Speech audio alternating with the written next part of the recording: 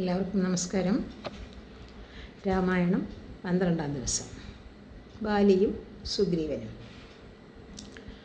താനും ജ്യേഷ്ഠനായ ബാലിയും തമ്മിൽ ശത്രുതയുണ്ടാകാനുള്ള കാരണം സുഗ്രീവൻ രാമനെ പറഞ്ഞ് മനസ്സിലാക്കി. മായാവി എന്ന അസുരൻ ബാലിയെ പോരിന് വിളിച്ചു.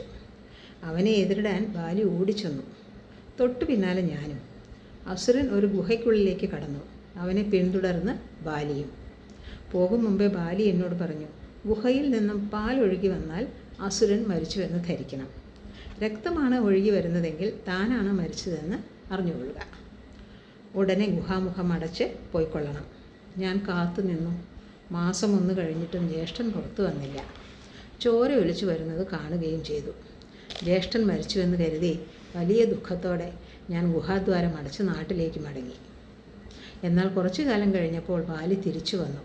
ഗുഹാമുഖം അടച്ച് തന്നെ മനഃപൂർവ്വം ഞാൻ കൊല്ലാൻ ശ്രമിച്ചുവെന്ന് കുറ്റപ്പെടുത്തി.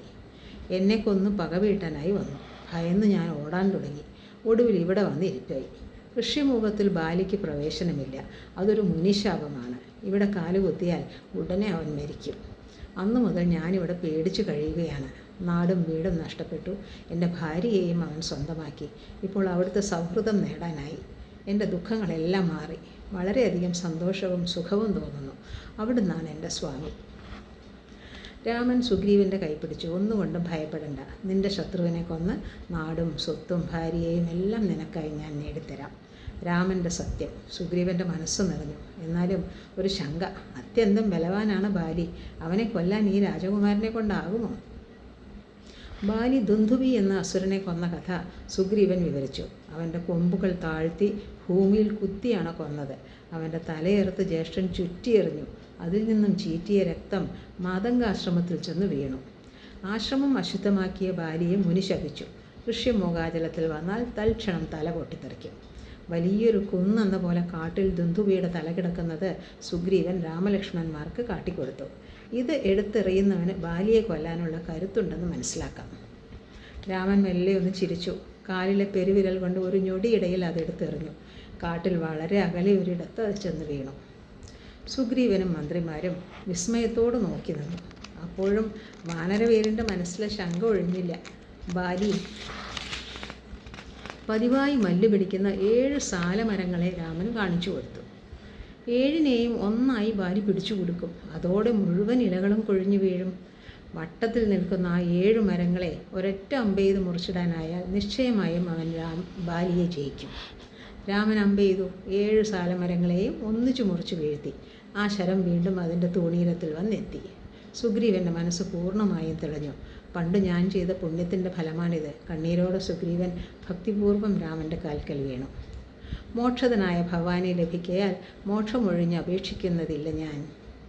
സുഗ്രീവൻ സ്വയം രാമൻ്റെ പാദങ്ങളിൽ സമർപ്പിച്ചു. രാമൻ്റെ നിർദ്ദേശപ്രകാരം കാലം കളയാതെ സുഗ്രീവൻ ബാലിയെ പോരിന് വിളിച്ചു. ബാലി അത്യന്തം രോഷത്തോടെ അലറിക്കൊണ്ട് പുറത്തേക്ക് വന്നു. രാമലക്ഷ്മണന്മാർ ഒരു മരത്തിന് പിന്നിൽ ആകാംക്ഷയോടെ മറഞ്ഞു നിന്നു. തുല്യശക്തിയോടെ സഹോദരന്മാർ 2 പേരും വളരെ നേരം പൊരുതി. ഒടുവിൽ ബാലിയുടെ മുഷ്ടിപ്രയോഗം കൊണ്ട് രക്തം ഛർദ്ദിച്ച് സുഗ്രീവൻ പിൻവാങ്ങി.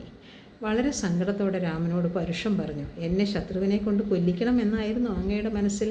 കൊല്ലണമെങ്കിൽ അത് അവിടുത്തെ കൈകൊണ്ട് തന്നെ ആവട്ടെ. എന്നോട് ചെയ്തത് വലിയ അപരാധമായി. രഘുനാഥൻ തെല്ലും പരിഭവം കൂടാതെ സ്നേഹിതനെ ആശ്വസിപ്പിച്ചു. യുദ്ധം പൊരിഞ്ഞ് നടക്കവേ ബാലി ആര് സുഗ്രീവൻ ആര് എന്ന് എനിക്ക് തിരിച്ചറിയാനായില്ല. അബദ്ധത്തിൽ മിത്രത്തിന് നേരെ അമ്പെയ്താലോ എന്ന് ഞാൻ ഭയപ്പെട്ടു. പരിഭ്രമിക്കേണ്ട, വേണ്ടത് ചെയ്യാം. ഒരിക്കൽ കൂടെ ജ്യേഷ്ഠനെ പോരിന് വിളിക്കൂ. തൻ്റെ വാക്ക് അസത്യമാവുകയില്ലെന്ന് രാമൻ സുഗ്രീവൻ ഉറപ്പു കൊടുത്തു. ലക്ഷ്മണനോട് പറഞ്ഞ് സുഗ്രീവൻ്റെ കഴുത്തിൽ ഒരു പൂമാല അണിയിച്ചു. സഹോദരന്മാരെ വേർതിരിച്ചറിയാൻ വേണ്ടി. സുഗ്രീവൻ കൊട്ടാരവാതിൽക്കൽ ചെന്ന് വീണ്ടും സിംഹനാദം മുഴക്കി. ബാലി 2ാമതും യുദ്ധത്തിന് പുറപ്പെട്ടു. ബാലിയുടെ പത്നിയായ താര അരികെ ചെന്ന് ആശങ്ക പ്രകടിപ്പിച്ചു. സുഗ്രീവപക്ഷത്ത് പരാക്രമികളായ ചിലരുണ്ടാകണം. അല്ലാതെ ഇത്രയും ധൈര്യപ്പെട്ട് അവൻ ഭവാനെ വെല്ലുവിളിക്കില്ല. ദശരഥനന്ദനന്മാരായ രാമലക്ഷ്മണന്മാർ സുഗ്രീവനുമായി സഖ്യം ചെയ്തതായി ഒരു വാർത്ത ഞാൻ കേട്ടു. ബാലിയെ കൊന്നുകൊടുക്കാമെന്ന് രാവണൻ അപഹരിച്ച സീതയെ കണ്ടുപിടിച്ചു കൊടുക്കാമെന്ന് സുഗ്രീവനും പരസ്പരം ശപഥം ചെയ്തിരിക്കുന്നു. ഭവാൻ രാമനോട് പോരിന് പോകരുത്. അവിടുത്തെ ശരണം പ്രാപിക്കുകയാണ് വേണ്ടത്. അതാണ് എല്ലാവർക്കും നല്ലത്. സ്ത്രീ സഹജമായ ഭയം എന്ന് പറഞ്ഞ് ബാലി താരയുടെ വാക്കുകൾ തട്ടിമാറ്റി. രാമൻ ആരാണെന്ന് എനിക്കറിയാം. പക്ഷഭേദം ഭവാനില്ല നിർണയം. വന്നിരിക്കുന്നത് രാമനാണെങ്കിൽ ഞാൻ അവിടുത്തെയും കൂട്ടി ക്ഷണത്തിൽ മടങ്ങി വരാം. സുഗ്രീവനേക്കാൾ കൂടുതലായി എനിക്ക് അവിടുത്തെ സഹായിക്കാനാവും.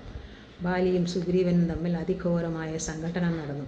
2 സമുദ്രങ്ങൾ പൊരുതുന്നത് പോലെ, 2 ശൈലങ്ങൾ പൊരുതുന്നത് പോലെ.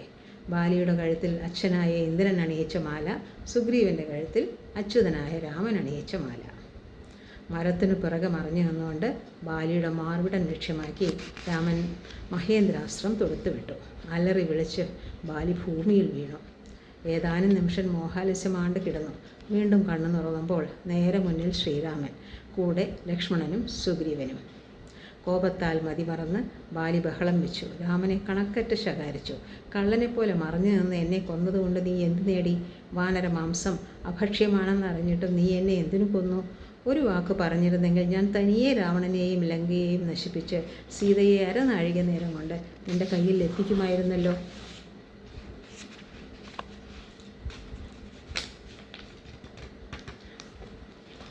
ധർമ്മത്തെ രക്ഷിക്കാനായി ആയുധമേന്തി സഞ്ചരിക്കുന്ന ക്ഷത്രിയ യോദ്ധാവാണ് ഞാൻ. താൻ ആരാണെന്ന് രാമൻ ബാലിക്ക് വ്യക്തമാക്കി പറഞ്ഞു കൊടുത്തു. പുത്രി, സഹോദരി, സഹോദര ഭാര്യ, മാതാവ് ഇവരെല്ലാം ഒരേപോലെ പുരുഷൻ ആദരവോടെ കാണണം. ഭേദചിന്ത അരുത്. അങ്ങനെയാണ് വേദങ്ങൾ നിഷ്കർഷിക്കുന്നത്. മര്യാദ വിട്ട് നടക്കുന്നവരെ ശിക്ഷിക്കുക രാജധർമ്മമാണ്. നീ ചെയ്ത തെറ്റുകൾ എന്താണെന്ന് നീ തന്നെ നിരൂപിക്കുക. ബാലിക്ക് കാര്യങ്ങൾ ശരിയാവണ്ണം മനസ്സിലായി.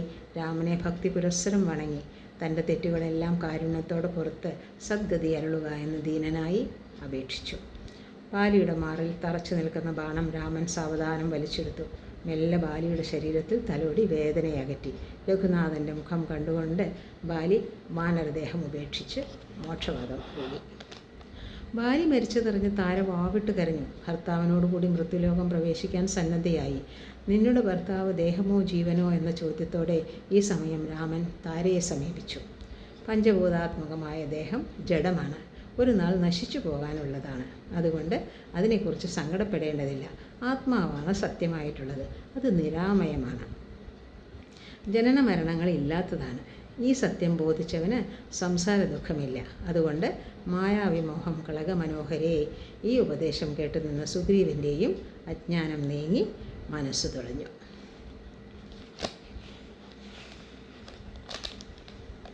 ഇനി സുഗ്രീവൻ്റെ അഭിഷേകവും മറ്റും തുടർന്ന് കേൾക്കാം.